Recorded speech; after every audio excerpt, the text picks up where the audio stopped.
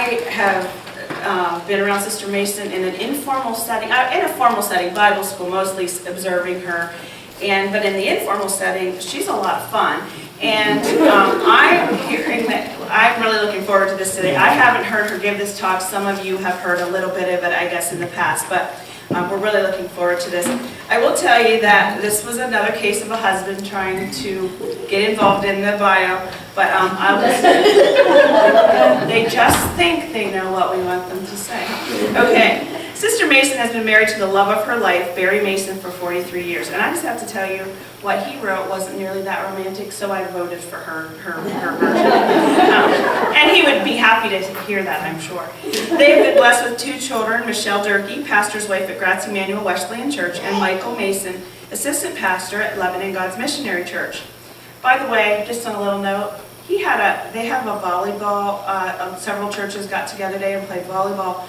And Brother Mason, he had a team of boys that were all under 10. And we just got a call over lunch that those 10-year-olds beat the older group. So you know they're flying high. Anyway, yeah, I bet those little boys will just be so excited. And I'm not sure how that happened. My 2 boys were on the losing team, and they're tall, so I don't know, but whatever. Somebody said, well, there's only 2 tall ones on the team. And Dustin Habecker and my son Gregory, and then some of the other ones, and I said, well, they were all taller than the 10-year-olds, so we don't really go there. So. She has 6 awesome grandsons and 1 beautiful granddaughter, and I think some of those grandsons were involved in that joy today. Sister Mason and her husband have had the privilege of traveling to Ukraine, Cayman Islands, Jamaica, Mexico, and Canada doing children's ministry and training others to minister to children. They have spent most of their summer traveling and doing vacation Bible schools at different churches, and many of us have been blessed by that. Sister Mason has had the privilege of being a full-time mother and grandmother, and she loves every minute of it. And I know they love every minute of having her. Without further ado, we'll turn over to Sister Mason.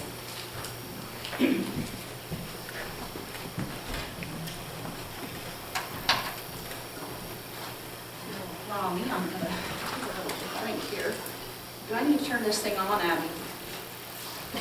That might be a good idea. I'm very technologically, what's the word? Yeah, challenged. I was going to say deprived. That too. Thank you so much, honey. Some of you probably already know this, and since we're talking about traveling, I'll just take a few minutes here to give a little bit of an explanation. How many close your ears, brother over there. How many of you ladies have a husband that will not stop and ask directions? Anybody here who has a husband who will stop and ask directions? Ooh, Sister Paulus. My husband stops every once in a while, but he does not like to admit he's lost. Well, we weren't really lost today, but he got online and he got directions, all these pages and pages and pages of how to get to Roxbury, Pennsylvania. We ended up 3 hours. We left at, what time did I say? 5:30, 5:45 this morning, and 3 hours later, we're out in Bedford, PA area. 2 hours from here, I guess. Anyhow, it kind of like made me think, gives us a warning. I did have that brochure, I don't know what happened to it here. Someone else she probably picked it up. The one that you passed out, that you mailed out, that had the directions on it. Yeah, she did pick it up. I know she probably did. And I kept saying to my husband, I said, right here, here's the directions, right here. And it's like, I have the directions, right here, right here. So I didn't argue. I just kind of decided, okay, whatever happens, happens. Have you ever wondered why God has allowed some things to come into your life? Anybody here? We all go through those things, don't we, that we wonder. There's no way that I'm going to go through this now, no way that I can go through this thing that I'm going through right now, that is going to ever help me draw closer to God. I mean, there's just no way. I thought that. But sometimes it will just take the time to stop. Especially when you get to this old grandma's age. In case you're wondering, I'll be 61 on the last day of November, and what a joy to have all these wonderful grandkids. 3 big ones staying at my house this week. 1 big one staying at my house tonight, tomorrow night, and some of them staying all next week, and then I get the 4 little ones the next week. I love it. And they love it too, I think. But we have lots of fun together. But now that I've reached this stage in life, it's kind of like, this is an awesome time to look back and think, oh, I didn't understand why there. Why? Why did that, God, why did you ever allow this? But now, I'm starting to understand. And that's one of the things I wanted to kind of bring out today. We take the time to stop and look back. I even thought of that verse in Genesis 50:20, where remember what Joseph said? They may have meant it for evil, but what did God mean it for? God meant it for good. For good. Go with me to a little town, if you can call it a town. How many of you have been to Penns Creek? Smaller than Penns Creek. A little town in Maryland, almost on the Virginia border, just a couple miles from Chincoteague Bay. I was born in that little town. It's called Girdle Tree, Maryland. Gertrude from Girdle Tree. Heard that a lot growing up. Gertrude Mumford. I was born in that little town. I heard all kinds of jokes all my life because of my name. Gert the Squirt, Gert the Flirt, Gabby Gert. That one might fit. And then, I'll never forget a VBS program down at the Delmar Church, which was actually my home church, down in Delmar, Delaware now.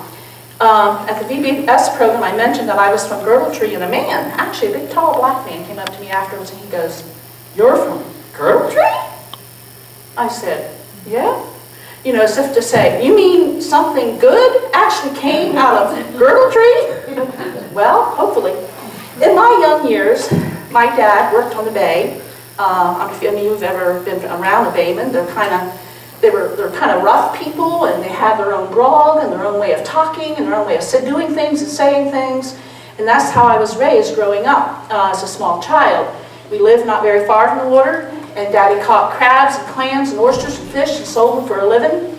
And when Mom and Dad were first married, they were not Christians. They drank and smoked and were your ordinary poor people in that era. But I'll never forget Mom telling this story when my sister, who's 2 years older than I, was born. She was the first one. Daddy held her in his arms, and I think of this when I see these tiny little ones. Daddy held my sister in his arms, and he said he looked her in the eyes, and he said, "No child of mine is ever going to see me drink or smoke."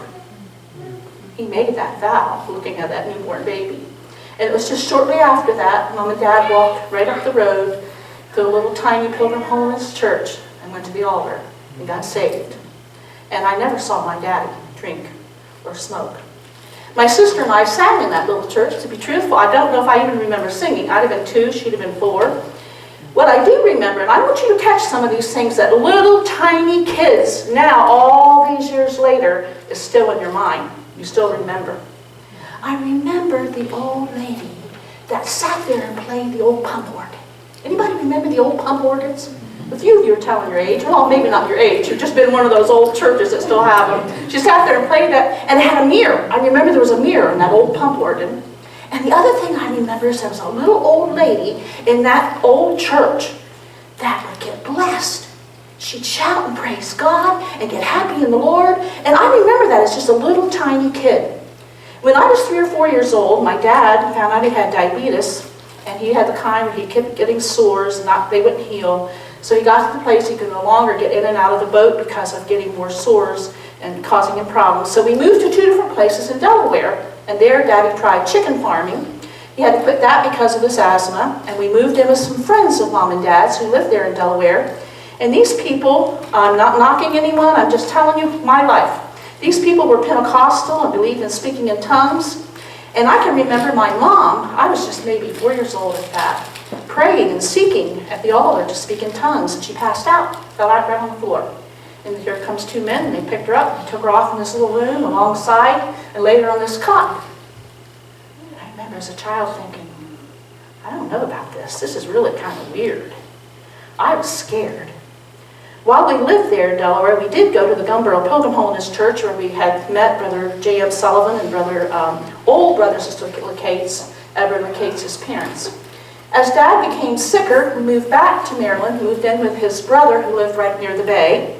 And actually, somewhere around that time or sometime afterwards, my dad's brother, Uncle Ed, got a big, not a houseboat as we call a houseboat today, we would call it a shack boat probably, if there is such a thing. A houseboat, and lived out on the water. He lived on that for years. He'd only come off the boat. He was almost like a hermit. Come off the boat once a month, ride his bicycle to the store to buy groceries. We lived in his house where there was no electricity, no indoor plumbing for a little while, then moved to a little larger house on up the road. And all through my growing up years, we never had a car, never had a telephone, and maybe that's why to this day I don't drive. I have no desire to drive, never tried, wouldn't know how to start a car. But it was while we were living at this house that our cupboards were bare. You see, during those days, Mom and Dad got a welfare check, but you only got that check once a month, and that was it. You got nothing else. So they would run out. And it was during those days while we were living there that I'll never forget Daddy telling us that the cupboards were bare. There was just nothing to eat. And so Daddy, he prayed. And the next morning we got up and there was a knock on the door. Now remember, we had no telephone. We had no way of contacting anybody. And we're way out, oh my, living out in the boonies. There was a lady standing there from a neighboring town. She said God woke her up early that morning and said that we needed groceries, that we needed food. And she brought us 2 bags of groceries. And Daddy had a shout spell right there at the door, proving to us kids God does answer prayer. During this time, we went to a little Baptist church. A man Dad knew came in his pickup truck. Mom and Dad sat in the front seat. Us kids sat in the back. And that's how we rode to church. Can you imagine what it must have looked like when we got there? But we did. That's how we rode to church. And then a pastor from the neighboring town, from Snow Hill, was out knocking on doors. How he ever ended up way out there in the sticks where we lived, who knows? I believe it was God working out his plan. But he came to our house and knocked on our door. Keep doing that. Any of you that are involved in that kind of work, keep doing that. He knocked on our door. We weren't home, so we left a little card with his phone number. And Daddy went to the neighbors and called, and he started coming picking us up and started taking us to the little Holiness Christian Church there in Snow Hill. And later, we moved into the town of Snow Hill where we lived, when we moved to Pennsylvania. That's where we were living. Many times during those years, Dad would develop bad sores that would not heal because of his diabetes. And when I was somewhere around 6 years old, I remember Daddy had gotten one of those horrible looking sores on his leg. It was probably the process of getting ready to go into gangrene, because I remember seeing that happen. And he didn't go to church. He tried to stay home and pump it up. And during those days, you didn't just go to the doctor all the time. You just made out the best you could. And thank you for opening up those doors, honey.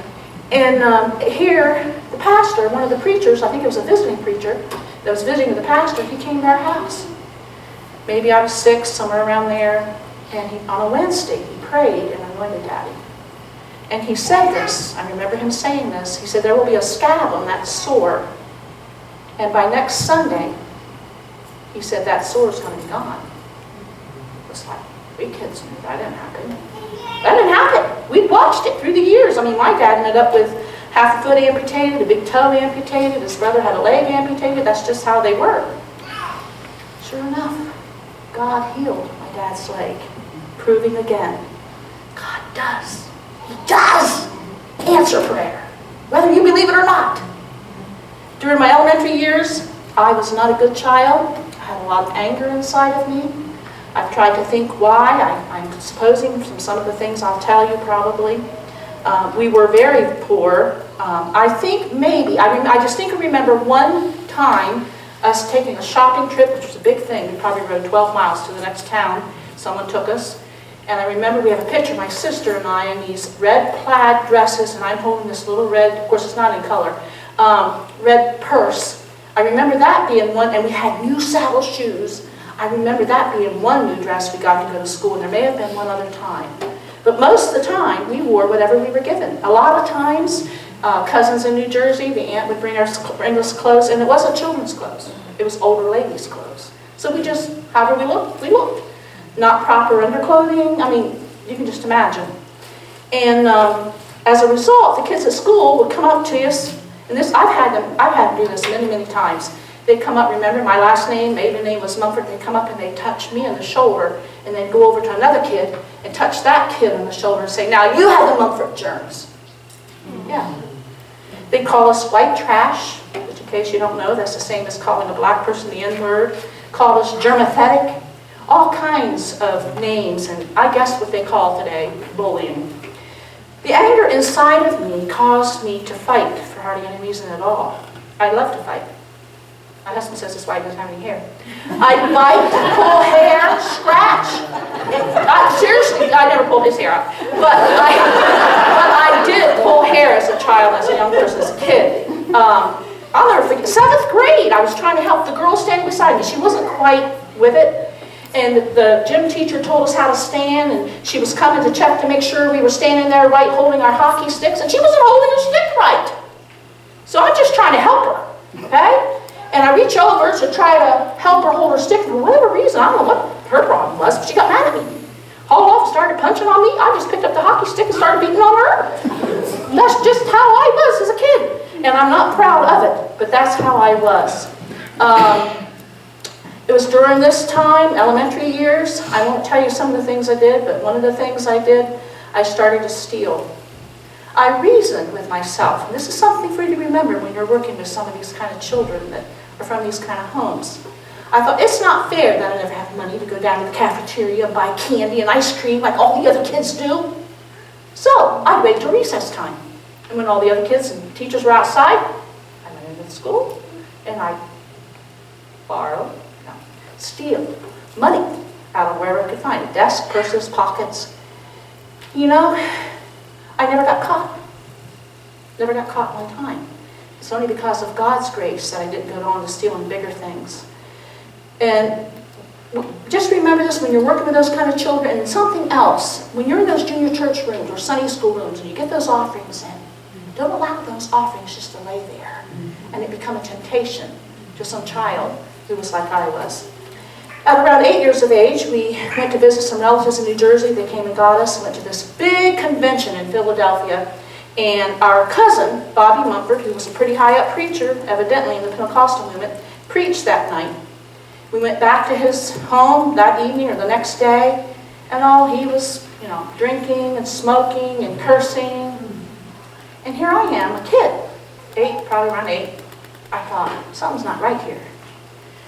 How could he do that? Be up there preaching the house on fire, and then we come back to his house and he's drinking and smoking and using these words that we weren't allowed to use, even though we weren't in a conservative holiness church. It didn't fit with me, and it left a lasting impression that made me realize there are some people that may say they're something, but they're not. We were very poor. We could never go to the refrigerator, get a drink of milk. Daddy and Mom would get a case of milk, canned milk, mix it with water, and that's what we'd have on our oatmeal and our cornflakes for breakfast. We always had a lot of vegetables because we had a great, big, huge garden or truck patch. But most meals, not much meat. A lot of soups made from bones that Daddy would go buy beef bones and ham bones at the store. We'd have fried chicken once in a while because Daddy raised chickens to have chickens on hand to eat. Made homemade bread, homemade rolls. I guess it was cheaper than buying it. And simple meals like macaroni and cheese and homemade bread. We were poor, but I always knew that Mom and Dad loved us. We always knew that. And all my life, I knew Jesus loved me. All my life, I knew that He had died on the cross for me.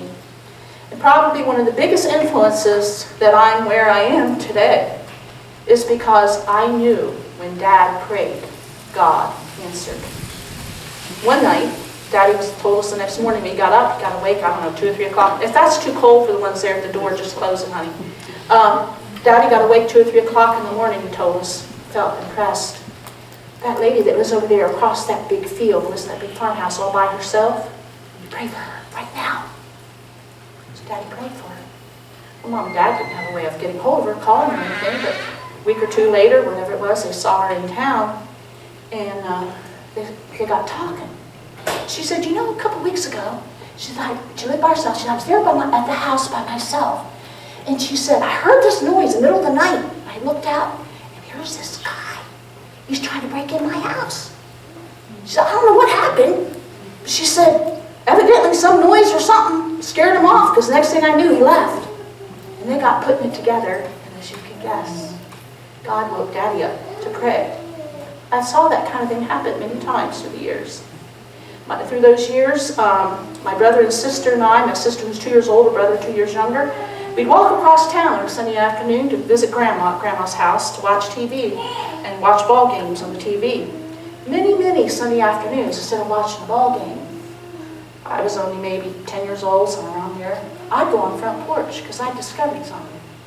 Grandma had a box of magazines, like True Story. Some of you ever heard of a True Story magazine? From way back, I don't know what you'd compare it to now, but they weren't nice magazines. Something that even an adult should not be reading, and much less a child. Putting all kinds of stuff into my mind as a child that should never be there. Be careful what you put in your mind, what you allow your children to put in their minds. Do you realize all those things we put in our mind before we're saved, even after we're saved, is still in there? Do you ever stop to think of that? Why do we not hear more preaching? And I taught this in my Sunday school class that I teach. Why do we not hear more preaching on renewing of the mind? How do you renew your mind? How do we do it? Well, I discovered something when I was preparing this lesson. I was teaching this, and it said, I knew this in a way, but I never thought of it this way. If you read God's Word, and you put God's Word in there, and the good songs, and the good things, it works like laundry soap. And it cleans out all that back. And all of a sudden, while I'm preparing the Sunday school lesson, I thought, that's probably what happened to me. Because all I can remember of that magazine is its title. It's gone. Thank the Lord. I will admit, some of the songs haven't gone yet. The words of songs stick. When I was in 12th grade, when I was 12 years old in 7th grade, my dad became very sick. Was taken to the hospital on a Thursday afternoon. We didn't have a car, had no way to go see him. Mom tried to find somebody to take us to the hospital 12 miles away to see him. Salisbury is where the hospital was, for those who don't know the area. Tried to get to see him on Friday night, never got to see him. And Saturday morning, we're early in the morning while it was still dark, the policeman knocked on our door. Told us that Daddy was really sick. I got in the car, and the policeman, Mom, and Margaret, who was older, stayed at the house with my brother, who was younger, and rode across town. The policeman took us to the pastor's house, and we got to the hospital, walked up to that front desk, and they told us that Daddy had died shortly before we got there. Our lives were changed forever. And some of you know children that this has happened to, even in recent times. Don't allow that time to go past without letting them know you care. I remember as a child thinking when Daddy died how all the neighbors and the church people came around and you got cards and all these people caring. And then all of a sudden, nothing. And as a child you're thinking, don't they care anymore? They didn't have counseling back then. So you know what? Who I talked to? I couldn't talk to my mama. Mama fell apart. I don't think she ever was the same after Daddy died because they were married 15 years. It was the only person she ever had who loved her unconditionally. And I remember sitting and holding our dog, Ned, and telling Ned how I was feeling and crying into his fur, talking to him and telling him how much I missed Daddy. This was June of 1966. Why would God allow something like this to happen? Surely there's no way that Dad's dying could ever bring about good in our lives. A year later, the pastor of the Holiness Christian Church where we were attending, he and his wife had just moved right across the street from us. A year later, he sent his wife over to our house to tell us he wouldn't be taking us to church anymore. Their mom is a widow with children who would have been 11 and 13 and 15, gave no reason. And I can remember, I could probably take you just about to the spot where I stood at that front window and watched that pastor and his wife pull out of that driveway, back out of the driveway across the street from us, to leave to go to the little Holiness Christian Church out across in the country. Standing there watching them leave and crying and saying, God, I want to go to heaven and I don't care what it takes. I just want to go to heaven. My sister and I, we knew we needed to be in church. We'd walk uptown to the Episcopal, Methodist, whatever, dressed however we dressed, didn't feel comfortable. But I wonder, does God hear the cry of the heart of a child who wants what's right? Does God, is He working out in these circumstances? Is he working out his plan and his purpose? This was June of 1967, and a young family attended our church there, went to the pastor and said, well, where's the Mumford kids? So they won't be coming here anymore. This young man said, well, you can count me out. You treat people that way, I'm not coming here either. And he lived in the town down below us, at Girdletree. And he'd get in his Volkswagen van. Anybody remember those old Volkswagen vans? And he'd come from Girdletree up to Snow Hill, about 5 miles or so where we live, pick us up. Well, of course, in the van. Not pick us up, but put us in that van. And take us right back down through Girdletree, on down to Blockton, Virginia, to the Wesleyan Church there. We did that June, July. That's where we went to church. August of 1967. Just 2 months later, my mom and brother and sister and I were there to help clean the tiny little church in the country. Any of you ever been to Camp Hill Church? Little Camp Hill God's Missionary Church? Probably about the size of the Camp Hill Church with no vestibule, no basement, wee tiny little church. We were there to help clean that church. The home missionary department of God's Missionary Church came, held a revival, and started a church just 12 miles from my house. Is this God working out his purpose and his plan? Taking what may have been meant for evil and turning it to good. I remember at that revival, I went to the altar, I remember praying and asking Jesus to forgive me of my sins. And deep inside, I remember as a 13-year-old saying, I'm going to mind God, I'm going to do what he wants me to do, and I don't care what anybody else does, I'm going to mind him. Until we began attending that church, I had never heard preaching on any standards or anything like that. We'd always had cut hair and shorts and slacks and swimsuits and sleeveless clothes and whatever. And I never really read my Bible for myself. And I began to read my Bible. And for the first time, I heard teaching and read in God's Word that if I was going to follow him with all of my heart, there were some things that he would require of me. Did I really love God enough to be different? Did I really want to follow him bad enough and want to make it to heaven enough that I was willing to obey no matter what? He showed me in his Word that I should dress modestly, that I should let my hair grow, that a lady should not wear men's apparel. He showed me that if I truly loved God, I would take my stand. Thank you, sweetheart. I do have some here. This was going to be hard. It wasn't going to be easy. Was I really going to make the change and be willing to be different? By this time, I was in 9th grade in public school.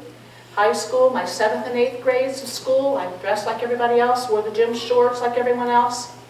I got saved right at the beginning of my 9th grade. I remember going into my gym teacher, and she was one of these rough, oh my, more manly than ladylly, that's for sure. Went into her and I said, I won't be wearing the gym shorts anymore unless I wear a skirt over top of them. And I said, if we're out in the gym and we're doing exercises and the guys are in the gym and my skirt's going to go up for the exercise, I'm not doing them. Well, you can just imagine, she wasn't very happy with me. I got a failing grade, but that was okay. I wanted God to know I loved him, and I wanted to please him, and I had peace in my heart. It was right after I got saved, a close friend of mine came to the house and wanted me to go out on the boat with her and her family. I'd done it before, I believe. I said, okay, if I can go dressed like I am now. Dressed as a Christian, skirt. She just looked at me, forget it, and left, never asked me again. At school, I had a friend ask, come here, I want to show you something. Went over into the restroom, and there was a bunch of the girls smoking. I don't know if they're allowed to smoke now in public schools, but they weren't then. They wanted me to join them. I said, no way, man. I don't want to even try that stuff. I just turned around and walked right out. Never drank, never smoked, never did drugs, never had sex before marriage, all because of God's amazing grace. In our little God's Missionary Church, there were lots of teenagers, and most of them were sitting as couples in church. At 13, I'd watch them, couples loving it up during prayer. As soon as the Mayman was said, out in the cars, loving it up. I vowed right then and there I wasn't getting involved in doing stuff like that. I was going to keep myself pure until God sent that special one to me, and he did, and I did. And I don't know if any of those other young people felt that way. I kind of doubt it. It appears to be. It wasn't the popular thing. But I found out it was harder to take my stand there with the young people in our church than it was even in the public school. Because one day a girl come up to me and she said, one of the girls in the church, a holiness family, she come to me and said, "So you're a Christian, huh?" Just like that. I said, "Yeah." She was a good-sized girl. She said, "Well, if you're a Christian, you'll turn the other cheek." And she took her hand as hard as she could, wowing me on the cheek. Remember what I told you I was like? I'm telling you what, honey, if God hadn't changed my heart, I would have probably knocked her block off, as the old saying goes. But now, I was different. I just turned the other cheek. 13-year-old kid. She hauled off and hit me hard enough it brought tears to my eyes. But I just want to give you a little secret. I wouldn't trade places with that dear girl today for anything, because she hasn't walked with Jesus. But God was so patient with me. One day I was listening to country music, and suddenly something inside of me said, "Are you really listening to those words? Do you hear what it's saying? You know, about this man and this woman and her going, all that stuff. Is that really pleasing to God?" So, oh, Lord, okay, no more country music for me. Then I remember on a Sunday, we never had TV, but oh my, we followed the Baltimore Orioles on the radio as much as we could. Listening to the Baltimore Orioles, listening to the ball games, listening to it on Sunday, and the Lord saying, "Is this keeping my day holy?" Oh. You see, my daddy was gone. My mama was all mixed up emotionally and just a mess. It wasn't mom or dad. And I've even asked my sister in recent years when I've started talking about this, I said, did people tell us how to change? Was it people in the church coming up to us and saying, "You need to do this, you need to do..." She said, "I don't remember anybody doing that." I said, "I don't either. I remember the ladies of the church always looked godly, and the thing that struck me, they may have been old ladies. Let me tell you something, they got happy in church. They enjoyed serving God. They let people know they were happy serving God. And that stuck with me." Yeah. Another area God put his finger on was this right here. No, we weren't allowed to cuss. We weren't allowed to curse. But the next thing to it, all those substitute words, we used them all my life. Never thought a thing about it. The Lord said, "Do you love me enough to change and be different?" I said, "Oh, Lord, help me, clean up my tongue, clean up my mouth. Help me, Jesus." And he did. The summer of 1968, I came to Penns Creek Camp for the first time. I had been 14 years old.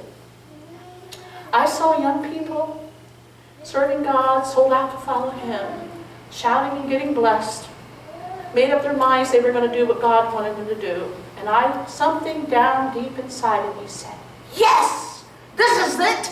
This is the way. This is the way I'm going." I made up my mind afresh and anew. Fall of 1968, I came to Penview for my 10th grade of high school. And that year, my mom would send us, she was still living on welfare, she'd send my sister and I $5 a month for personal items, and we worked our way through school. Started out working 4 hours a day as high school students, and then Beavertown Church way back then paid half our bills, so we only had to work 2 hours a day. And you'll never know. I honestly don't think we'd have ever stuck out in school if that wouldn't have happened. And when we came, that was during the era of the miniskirt. Anybody here remember that era? When if your skirt was to the knee or halfway across the knee, it was long. And they wore the hair down about as long as the skirt. Remember, the hair was nothing in it, just down long. And when my sister and I came to Penview, our skirts were long. Well, got called into the president's office. Dear Brother Stepp. Some of you remember him from way back. Godly man. Called us in. "Girls, you're going to have to get dresses longer." We bawled and cried and sobbed. "If you don't get your skirts longer, you're going to have to go home." "Oh, please, no, don't make us go home." "What can we do? Mom doesn't have the money." He said, "I'll tell you what. He says, for the next 2 weeks, I'll fast and I'll help you pray that God does something." I'll never forget one day we came down from up at school and walked into the, I believe it was the lounge. Sister Franny Fuller, she was my dean, said, "Girls, come here. This box came for you." It's a box probably this high, this big, you name it. Dresses in there, skirts, and tops that were my sister's and I's size. We still don't know who did it. I have a fishy idea. And also, I was raised in a home. How many of you have a nice bed with a nice matching bedspread and nice curtains? You have all that? Anybody here who doesn't? I'll come help you buy it if you don't. I never had that as a child. We probably had more like the green blind that you see, or maybe a curtain, a sheer curtain put up over top of that with a rope or string and nails in the wall to hang our clothes on. And you want to know when I got my first bedspread and matching rug in front of the bedspread? When I was in the dorm. Someone came in. I came down to our room to get the music. My sister and I and Ruthie Cooley were in a girls' trio, went in our room to go get the music. Opened the door, this is in my notes by the way, and did not recognize our dorm room. Closed it, went to the next room. Opened that door. Well, that's not our room, that's Debbie's. And Debbie's right, this has to be our room. Went back in there, someone had come in, put up curtains and bedspread to match on the beds, put a doily on the stand and a nice lamp and all kinds of gifts. And it's like, I still don't know who did that. God knows. And you know, he keeps records. I'll never forget, I came to school that year, and even at Penn, you learned I had to take my stand because there were some I didn't feel comfortable around. When I came to school, I came thinking down inside, I really want to be a missionary. Oh, God, please let me be a missionary. I don't care where it is, Lord, but I just want to be a missionary. But the door never opened, and he never led that way, at least during those years. August of 1969, my mom and brother and I moved up to Pennsylvania. I was a junior in high school, but it was during my 10th grade of high school that I met the one that God had planned for my life. We married August of 1971 and have tried to follow God through the years. That first year of marriage was tough. Anybody look back on your first year and it be tough year besides me? Anybody honest enough to admit? Why? Well, you're taking this guy and this girl, raised in two entirely backgrounds. My husband's raised in a home where everything was just everything was just perfectly clean. And he would tell stories how his mom would have her kitchen floor that you could see yourself in it. You could eat on it. I wasn't quite raised like that. I'm not meaning to knock my parents, but I wasn't quite raised like that. We had holes in the linoleum, and Daddy would try to patch them up, and because we always had a rented house. And I'll never forget, we were over at Mark and Laura Foltz's back some years ago doing Bible school at their church, and she had the prophet's chamber fixed up, absolutely gorgeous. She took quilts, gorgeous quilts, and she had one hung behind on the wall, behind the bed, and on the ceiling, you know. And I told Laura, I said, Laura, at my house, if we'd have done that, you'd gone over and you'd peeked behind that quilt, and there'd have been a hole there you were trying to hide. No joke. If we'd have hung up, but she wasn't doing it for that reason. She was doing it because it looked beautiful. But that first year, Barry was working at Pennview, working for the school to get his bill paid. I worked at the factory down in Penns Creek to pay everything else. That's what everybody did back during those days. You know, you got married young, and the girl worked to help put him through school. I didn't want to go to college. Who wants to go to college? At least this was me. Back then at Pennview, anyhow, they didn't have child evangelism. You had to be musical or want to be a teacher or preacher. And so I just never had a desire back then to go to college. But I worked at the factory, and then next thing I knew, I got laid off work. 7 weeks before you got unemployment. What do you live on? We got asked to go fill in up at Bellefonte, Pennsylvania. Barry preached and us to sing. You got paid $35, which was a lot of money back then. Went out to the car filled with groceries and everything else imaginable. Over and over again, God did this. During that time, one of the faculty members, dear Sister Wither, she came over, she said, Gertie, I just cleaned out my freezer. And she said, I can't use this stuff. Can you use this food? Can you believe that's when I learned to cook steak? That's when I had steak for the first time in my life, if I'm remembering correctly. We never had steak and roast when I was a kid. Right when we were laid off, I was laid off work and we had no money coming in. Someone gave us a deer. He always took care of us. And I look back and I think of that. Why in the world? Oh, but for 43 years, we've lived on Bible school salary. And some weeks the salary's not there. And there's been times when I'll say to Barry, how in the world did we make it this month? He said, I don't know. The Lord did it. He took care of everything, and He has through the years. He was getting us ready for those years. During that first year of marriage, I had been professing and thought I was sanctified, but I'll never forget sitting down in the cabin, looking out that window and watching Barry walk up that hill and thinking to myself, I wonder which girl he's going to be talking with today. I wonder if he's going to be around today. And I allowed that thing to grow and become a horrible thing, horrible jealousy. I started seeking God to Him to take that out of my heart when He showed me my heart.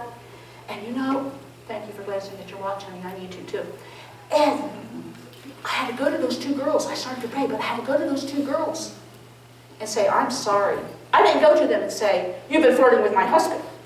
No, I said, I have had the wrong spirit towards you. God took that awful thing out of my heart. Now, can you imagine the life I would have lived all these years? Anybody here had voice or piano lessons from Barry Mason? Carol has, I know. In little tiny rooms, isn't it, Carol? They teach voice and piano and organ and whatever. And he's taught 43 years of lessons. Can you imagine the life I would have lived? The horrible. If I'd had, oh, thank you, Jesus, that you can sanctify us so thoroughly and you know it so well that the devil or no one else can talk you out of it. I am so glad. I remember in my early 20s, my children were just little. Back during the day when, before Jeanette Oak, remember those days? If you wanted to read a Christian novel, it was Grace Livingston Hill. Yes. And they got preached against, but anyway. And you knew how they were going to always turn out. A rich guy and a poor girl, or a poor girl and a rich guy. You know. And I remember during those days, a friend I had confidence in, I still have confidence in her today. She's still my friend. Gave me some Harlequin books. Never thought anything about it. Started to read them. Ladies, be careful, because this is what happened to me. I'm just being forthright and honest with you. One day while I was reading one of those books, the thought came to me, I wonder what this would be like with somebody besides Barry. No name came, but just that thought. Immediately, no! When she came around the next time, I said, here's the books, I don't need to read them. I didn't preach at her, I didn't tell her, but I'm so thankful. You see, God knew me, just like He knows you. He knew what I was going to be facing 10, 20, 30, 40 years down the road. And you know what He was doing? He was helping me to build a defense by checking me there and saying, be careful. You see, He helped me build a defense so that now, on down the road, when circumstances come up and the enemy tries to destroy things and make you look other ways, right there is that defense that He helped you build when that battle comes. When God checks you, He's not doing it to punish you. He's doing all within His power to get us to heaven. I believe that with all of my heart. All within His power. You know, when He talks to you, listen. It's worth it. In 1973, God blessed us with a beautiful, blonde, curly-headed, blue-eyed little girl we named Michelle. And she's been and still is a joy of our life. Michelle, you are! Over there in Northern Ireland. When she was 2 years old, I'll never forget her daddy told her to go pick up her toys, put them in the toy box. She said, no. What do you do when they do that? Daddy gave her a swat and said, Michelle, Daddy said, pick up your toys and put them in the box. 45 minutes. That went on. Finally, she broke down, bawled and cried, picked up the toys, put them in the box. Daddy said, that's all Daddy wanted you to do, honey. She never told us no after that. She always went and did it, even if sometimes, the one time she stuck her tongue out and made a face. Daddy looked around the corner when he told her to put toys away, he looked around the corner, she was standing there making a face because she didn't want to do it, but she didn't say no. Anyhow, and then she was one of these little girls, one of these kids that if you were in the store and you walked around the corner and she didn't see you, she'd bawl and cry. Almost 4 years later, 1977, God blessed us with some adorable blue-eyed blonde. Yeah, both blue-eyed blondes. And I'm not blue-eyed blonde, am I? That's okay, God knew what he was doing. Little blue-eyed blonde little boy.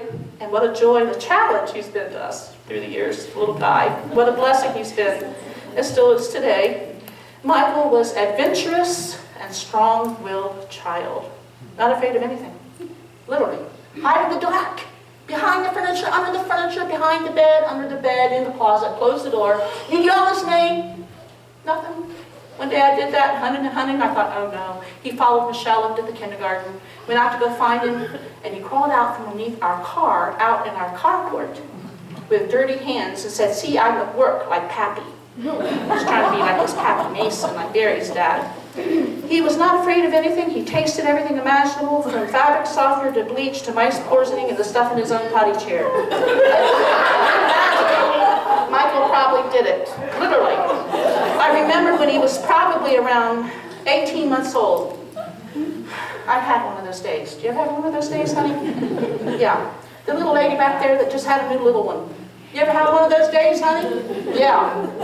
I'd had one of those days. You know, telling him, no, don't touch that. No, please! Oh, you're going to kill yourself. I mean, it's like, Barry said, if we raise this child till he's 3, we've accomplished something. I mean, I would tell him, we had a cover on the piano bench. We used this as a lesson thing on purpose, something that he couldn't hurt himself. We'd say, no, you're not to pull that off.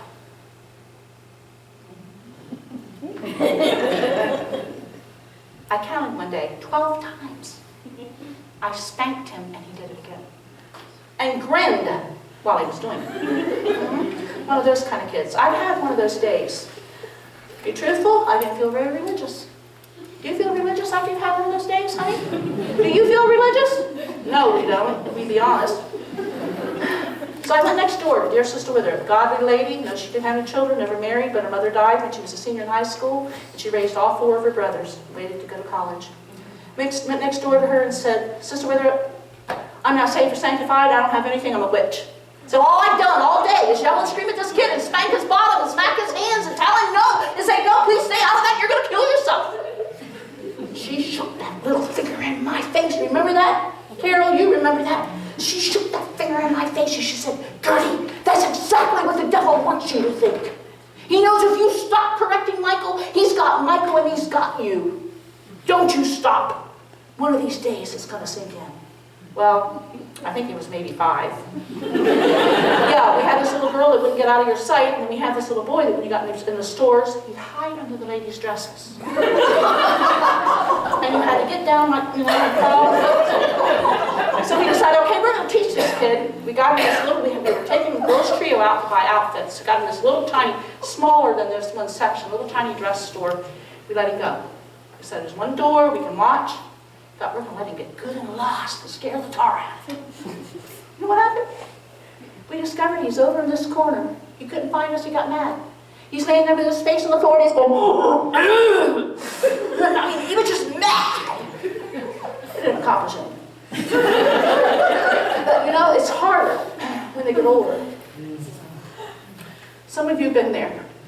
When your children get older, and people who are in authority do things that are against the Bible. How do you do it? You can't say it's okay because you're saying sins aren't right. We were in a situation where someone in authority over the children was caught lying. What do you do? I'll never forget. I went to Michael's bed. I don't know how old he was. Elementary, upper elementary, I'm not real sure. I went to his bed, laid down beside his bed and said, Michael, we don't know. What's happened is not right.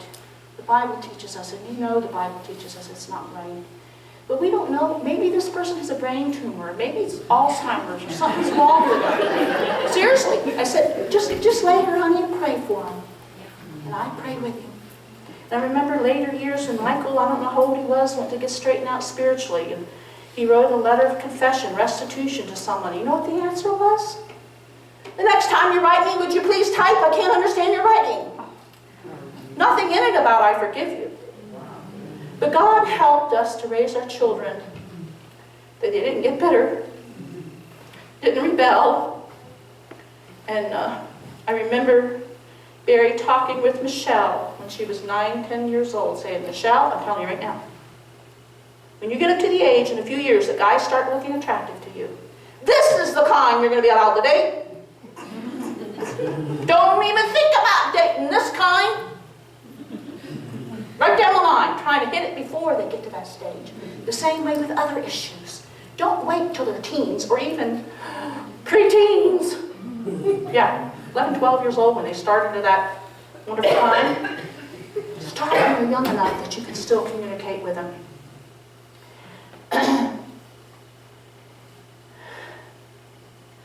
God helped us raise our kids. We try to be honest. We did a lot of talking, sitting around the supper table. Some things would come up, discussing what happened at school or this or that, and we'd say, remember, teachers are human too. Pray for them.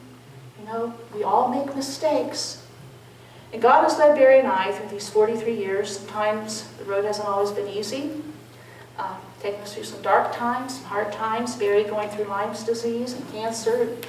My many difficulties because of arthritis, the death of both of all of our parents. And then 3 years ago, one of the hardest things I ever went through was my only brother being found dead at the age of 55 and leaving no testimony. At 15, he decided, I'm going to do what I want to do. And God allowed him to for 40 years. And you know, that's been hard on my faith. I'll just be honest with you, because I prayed and fasted for my brother through the years. But I've had to let it go. There's some things in life we'll never understand, never figure out. We have to just say, Lord, take my hands off. It's yours. A lot of people have asked, how's Barry ever worked at the same place all these years? Well, you've had your rough times. I won't go into details, but times of testing, such as letters being written to the board about both of us in years past. Times when you don't always agree with things. Times when you just have to simply trust God and step aside and let Him. Let go and let Him.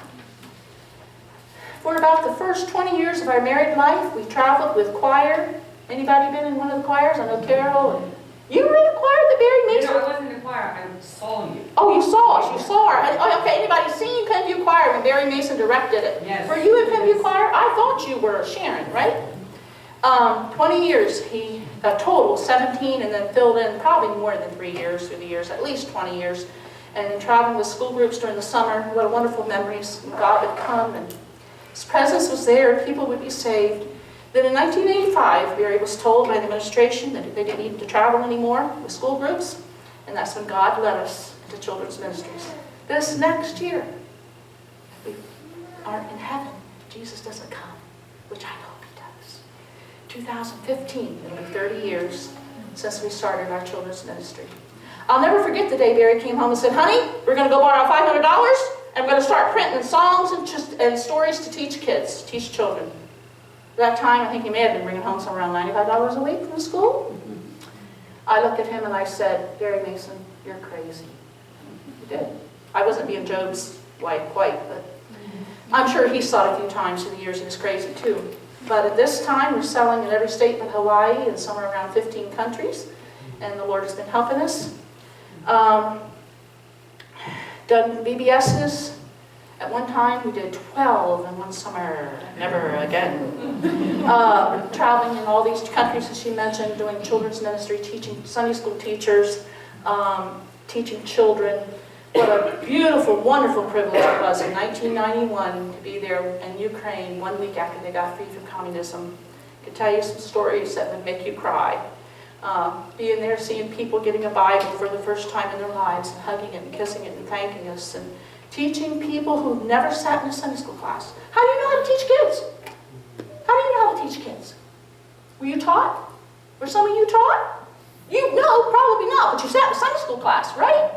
They had no idea. None of this is because I'm someone. I was going to bring a picture and forgot. I wish I could take you back and show you where I came from. I just marvel. Unbelievable that the God of the universe would look down and see a poor 13-year-old kid and say, okay, I'm going to do this, do this, do this, do this. I have had a wonderful journey. And when we were singing that song, I love that song. I don't get the words. It has been a wonderful journey. This life of serving Jesus and in His work and His ministry. None of it's because of me, but because of Him. Because He came to where I was. He saw what I was. But more than that, like the one song I think the quartet sings, the Ernest Quartet, He saw what I could be. Anything that God's accomplished through Barry and I in our lives and our ministries, anything He's done and will do through Dan and Michelle and their ministries, Michael and Crystal, how He's used them, everything God is doing and what He's going to do. I tell the devil what He's going to do with my grandsons and that little granddaughter. I've prayed, God, you put a wall around them. You put an edge around them. They're yours, Lord. I'm not going to let the devil have them. I've tried to pray that way. Anything He accomplishes through any of it, it's because He saw what could happen when they started a little God's missionary church way out in the boonies down along the coast. I had no regrets that I sold out and gave my all to Jesus and started and lived this wonderful journey.